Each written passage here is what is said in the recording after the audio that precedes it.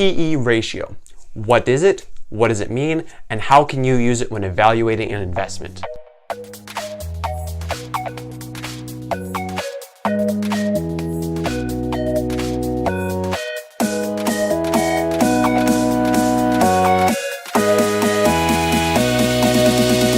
How are you guys doing today? My name is Apple, and today we are filling in the financial gap between schools and the real world.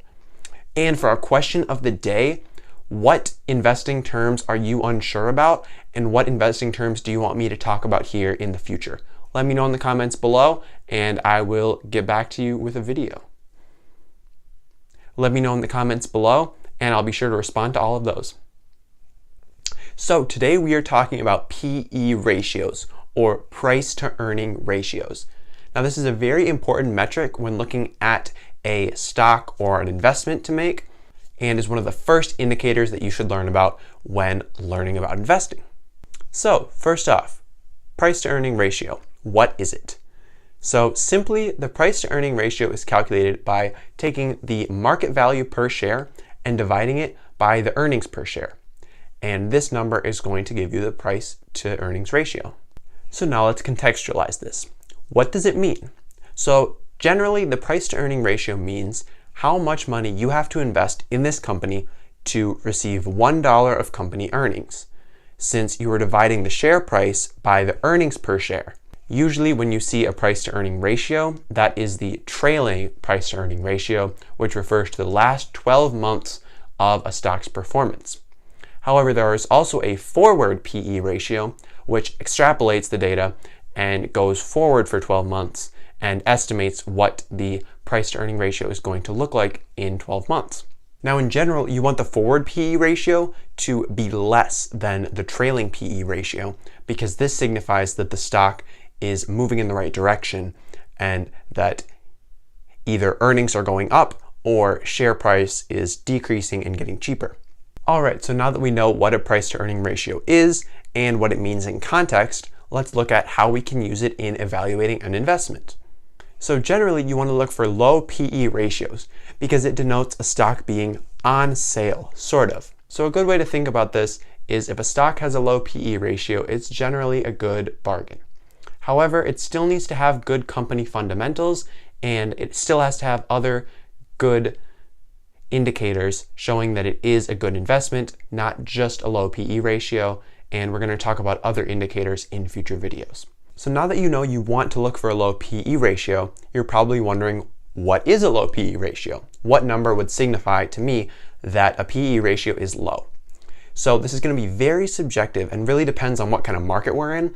So if we're in a bull market where stock prices are rising, PE ratios are generally going to be higher than if we're in a bear market and stock prices are falling. So based on the bull market that we're in right now, I would say that in general, a PE ratio below 15 is going to be a low PE ratio. However, that's just a rule of thumb.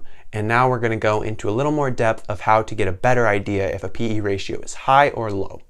So let's say you've got a stock that you're looking at and you want to know, is the PE ratio of this stock high or low relative to other stocks?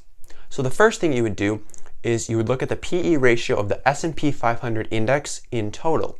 So what this is going to do is it's going to take 500 of the biggest companies and average all of their PE ratios to give you a general idea of, in the market right now, what does an average PE ratio look like.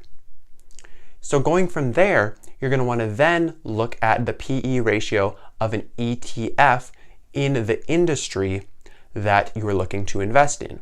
So if I'm looking at a technology company, I would look at an ETF that tracks tech companies and see what the PE ratio of that ETF is, because that's going to give you an idea of what the average PE ratio is for that industry, which is going to be a better indicator than just the S&P 500, which is going to be a more general indicator of PE ratios. So at this point, you're going to have a good benchmark to compare the PE ratio of your investment to the PE ratio of that entire industry.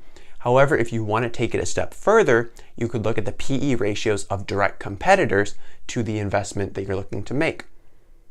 And when you compare these, you'll be able to see, is your company's PE ratio high or low relative to its competitors? This is also going to give you a good idea of whether or not you are looking at a company with a high or low PE ratio in its given industry and with its given competitors. And additionally, like I mentioned before, you need to keep in mind whether you're in a bull market or a bear market, because market health does have a big impact on PE ratios.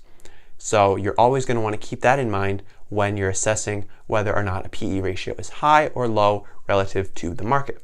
All right, so that's price to earning ratios in a nutshell. So we covered what a price to earning ratio is, what a price to earning ratio means, and how to use a price to earning ratio to evaluate a potential investment that you might make.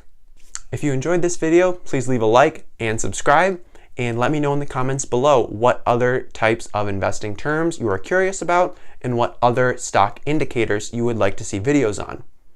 And until next time,